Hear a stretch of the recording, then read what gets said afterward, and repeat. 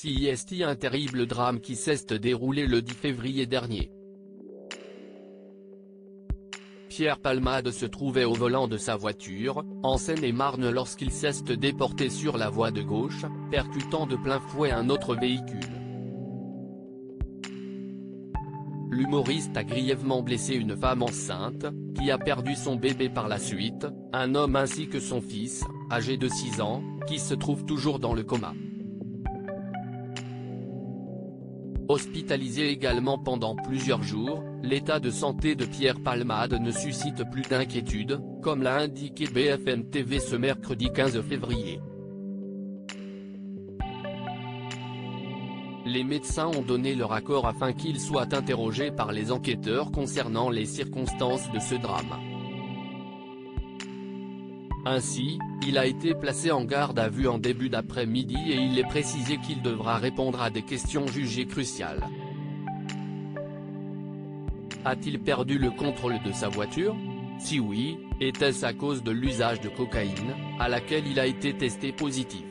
Peut-on d'abord lire? A-t-il été distrait par ses passagers, qui ont ensuite pris la fuite? Le véhicule a-t-il connu une panne technique? Un problème de moteur? Un pneu qui éclate? Est-il précisé?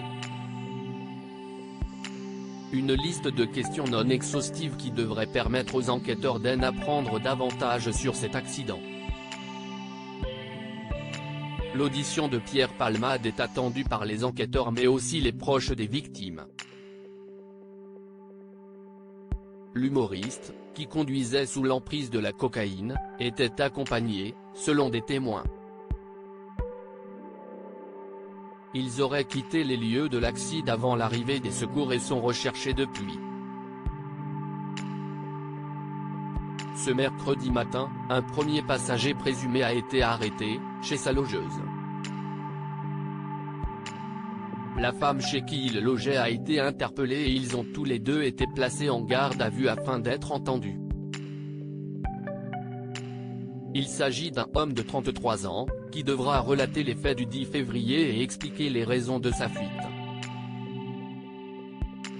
Concernant la seconde personne, celle-ci serait sur le point de se rendre à la justice.